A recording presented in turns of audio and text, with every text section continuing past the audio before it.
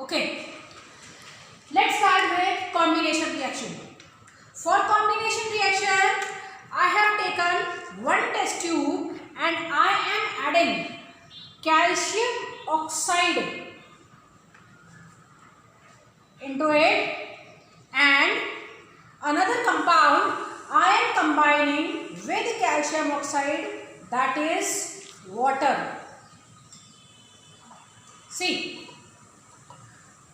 the reaction will start and after some time we will get solution of calcium hydroxide. Children, one more quality of this reaction is when the both compounds will completely react with each other or the reaction will start, the container or the test tube in which I have taken these two compounds will become warm. Why? Because the reaction is exothermic reaction. So children, we will keep this test tube aside now and proceed with next reaction. Observation we will discuss. Reaction number 2. Reaction number 2 is decomposition. For decomposition, I am taking lead nitrate in test tube which is white in color, and this lead nitrate will be heated on Bunsen burner. See carefully.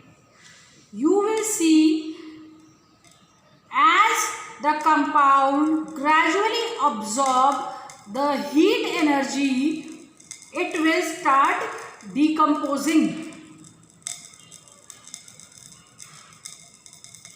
The crackling sound you must be hearing.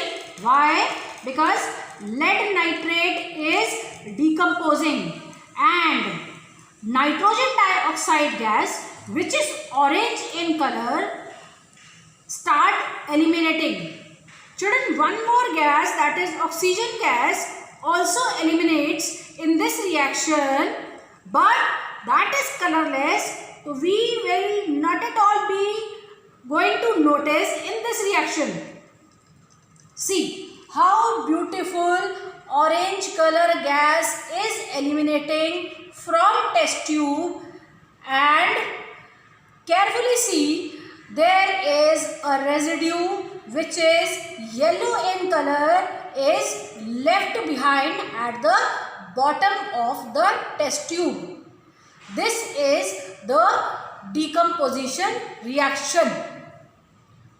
Now, third reaction.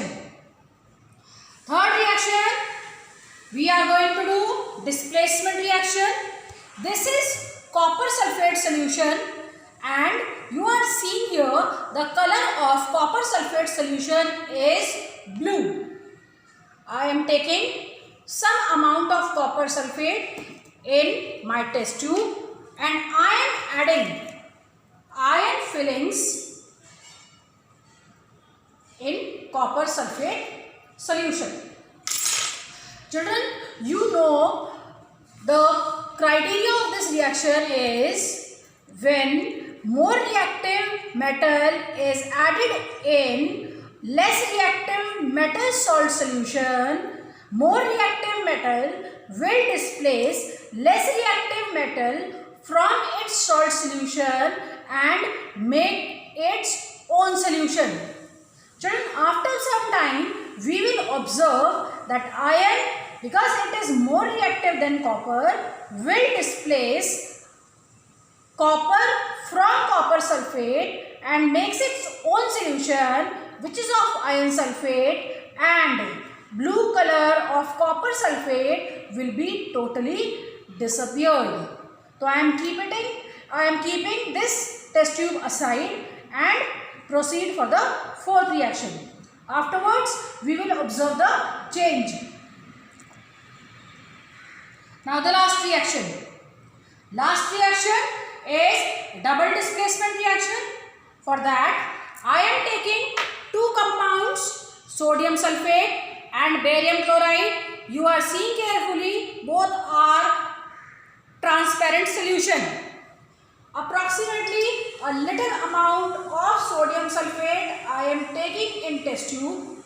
See, it is transparent just like water, and I am adding barium chloride solution, which is also transparent solution, and after adding barium chloride solution I will get white precipitate, which is formed due to the formation of barium sulfate. Children, after some time, if you observe that this barium sulfate will be settled down at the bottom of the test tube.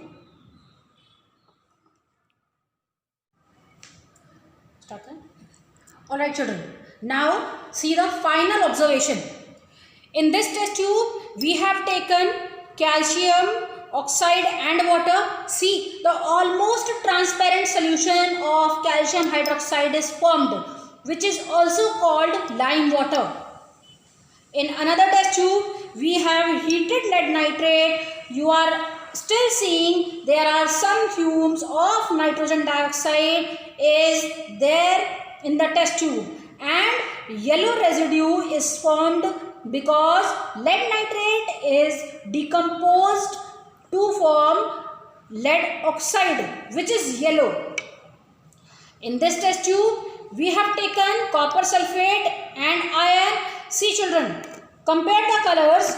This is copper sulfate, and we have taken copper sulfate here and added iron. There is the change in color due to the formation of iron sulfate. And the last, double displacement reaction, where you must be seeing there is the accumulation of precipitate of barium sulfate at the bottom of the test tube.